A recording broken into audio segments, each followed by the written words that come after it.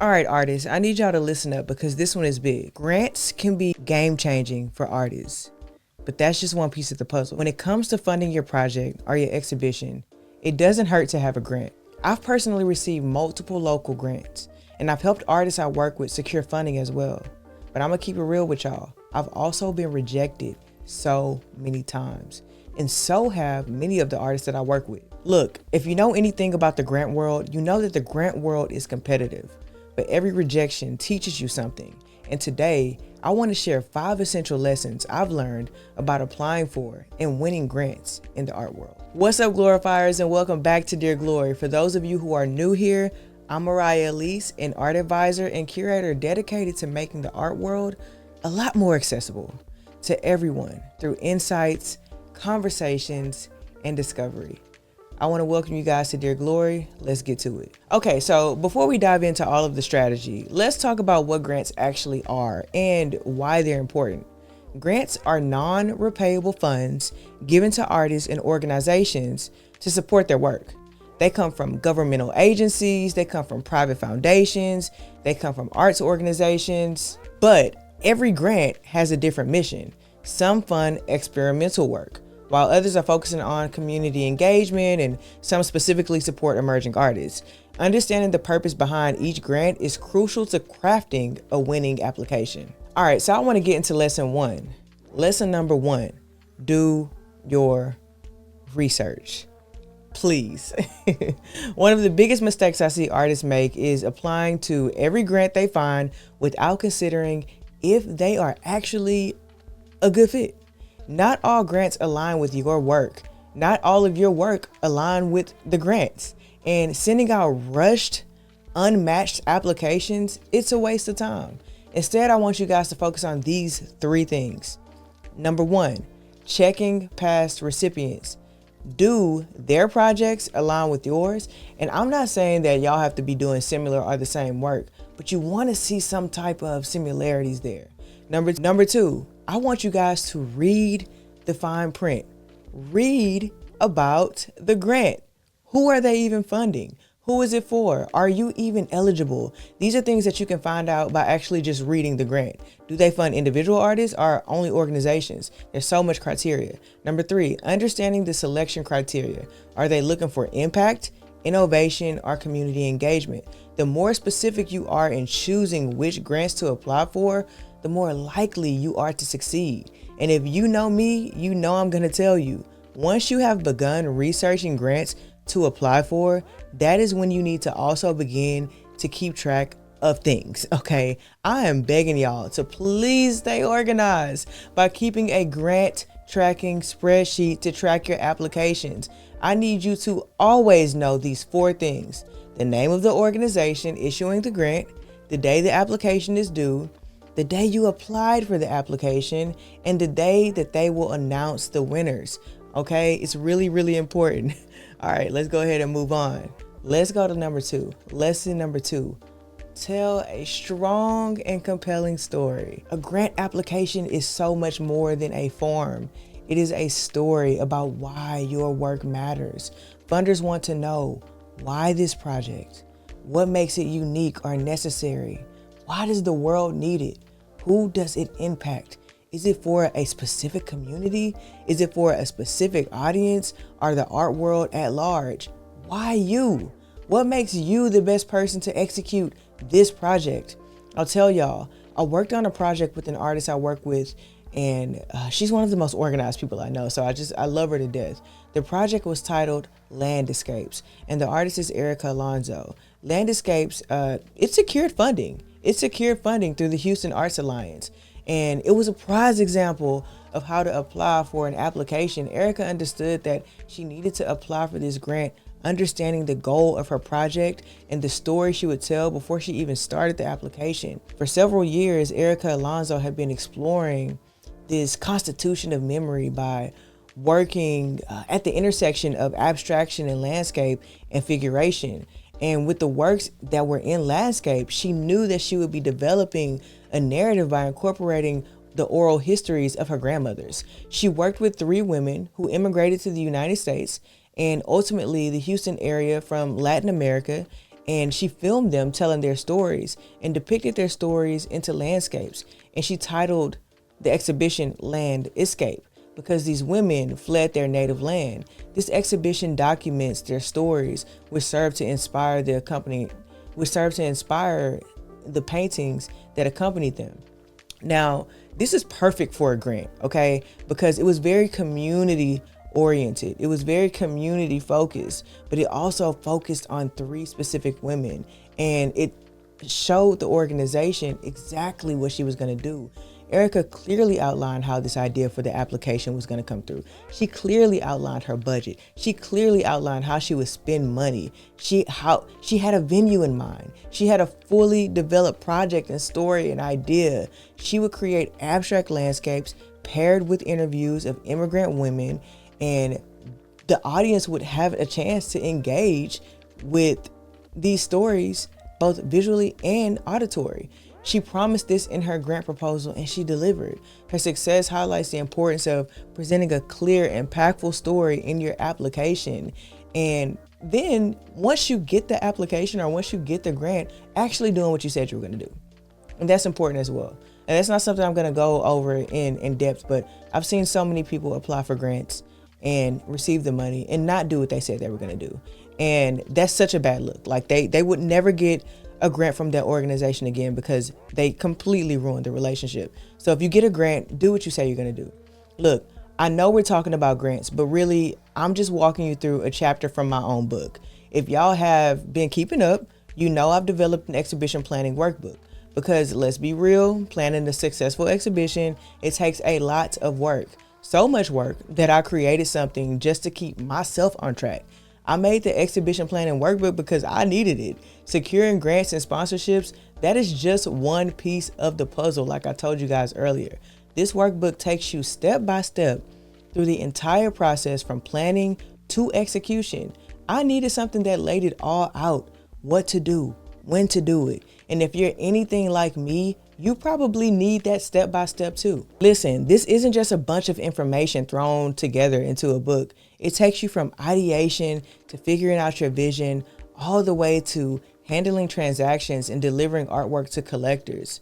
It's for you guys that are managing yourself. It's for you guys that are hosting exhibitions by yourself, and you need to know how to handle this from beginning to end. How do you choose a venue? How do you create a marketing plan that actually works? What happens on opening night? It's all in there. And what makes this workbook so useful is that it doesn't just tell you what to do, it guides you with real examples and space in the workbook to map out your own plan. By the time you finish going through the workbook, you should be at the end of a very successful exhibition. No second guessing, no overwhelm, just a clear cut out plan to make your exhibition happen. I made this because I needed it. And now I want to give it to you guys. So check it out in the link in the description to learn a little bit more about it and grab it if it's something that you think you need. Because it's Black History Month, I want to give you guys 20% off of the book. I hope y'all enjoy it. I hope you guys enjoy it, and big love to those of you who have already gotten your hands on it. All right, let's move on to lesson number 3. Be specific and be detailed. Vague applications do not get funded. You need to clearly outline your budget. Where's every dollar going? And when I say every dollar, I mean you should know where every dollar is going. Timeline. When will each phase of the project be completed? This is one of the most important things, and they're going to ask for it. Measurable outcome. How will you determine success? Most grants, like the one Erica Alonso received, require a financial breakdown of how the funds will be spent. Providing a well-structured budget is crucial to demonstrating feasibility and accountability. A budget worksheet is going to help you make sure your financial plan is thorough and aligned with your proposal. Okay, so let's move on to lesson number 4. Build relationships and ask for feedback. Grants are not just about paperwork. They're about people. Okay, I'm gonna say that again. Grants are not just about paperwork. They are about people. Many funding organizations hold info sessions or allow applicants to reach out with questions. They a lot of the times hold Zoom sessions. This is your choice to go, and it's your chance to get on the radar. Introduce yourself before applying. Get to know the people who will be looking at your application. Clarify expectations. Ask all the questions that you have. Ask about selection criteria and how decisions are actually made. Receive feedback. If you're rejected, ask why and improve for the future. If they had one round of grants, they're probably going to have another round and another round. And if you can get advice on what you can do better, I'm sure you're going to get the grant in the future. Some of my best grant wins happen because I built relationships with the people behind the funding. Don't underestimate the power of connection. Networking with past recipients and funders can give you invaluable insight into what makes an application successful. All right, now for the last lesson, lesson number 5. Apply again and again and again and again. Let's be real. Getting rejected sucks. We all hate it. But rejection is a part of the process, not the end of it, okay? Every major artist you admire has been turned down for funding at some point.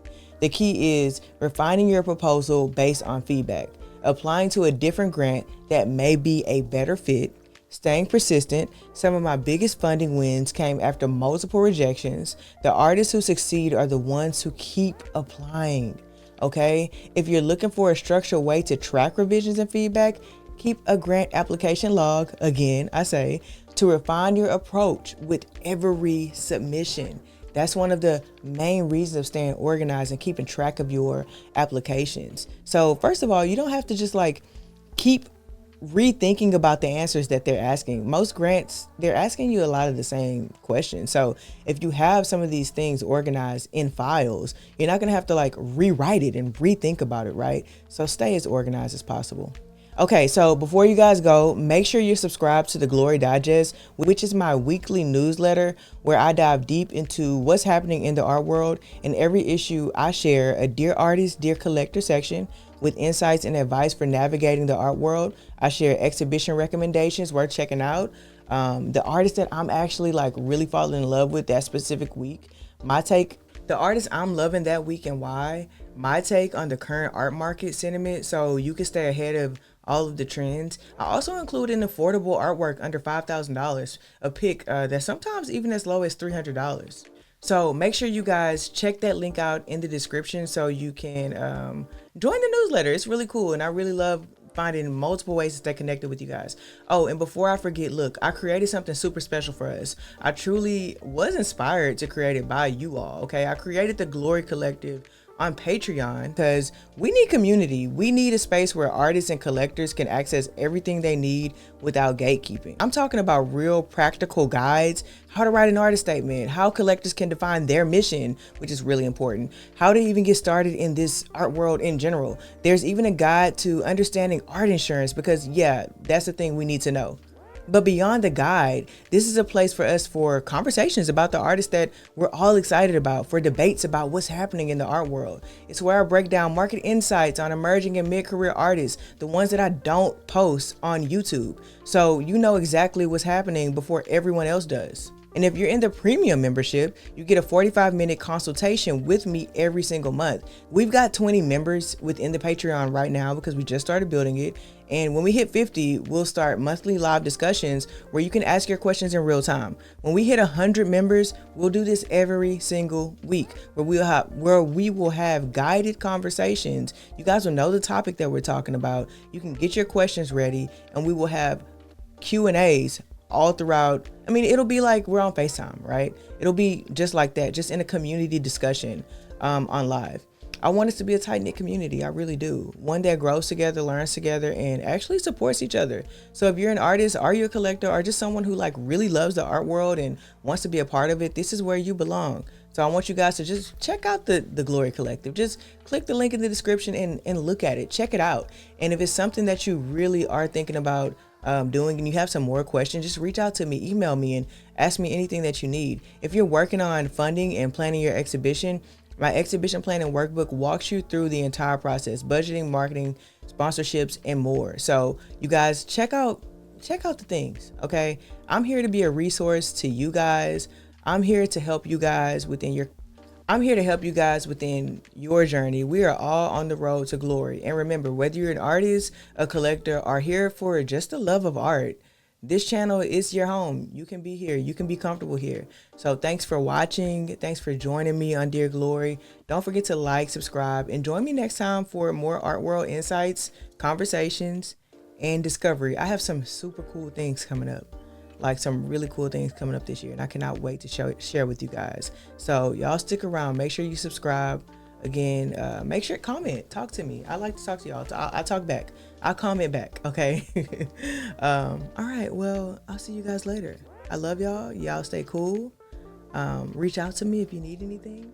And peace.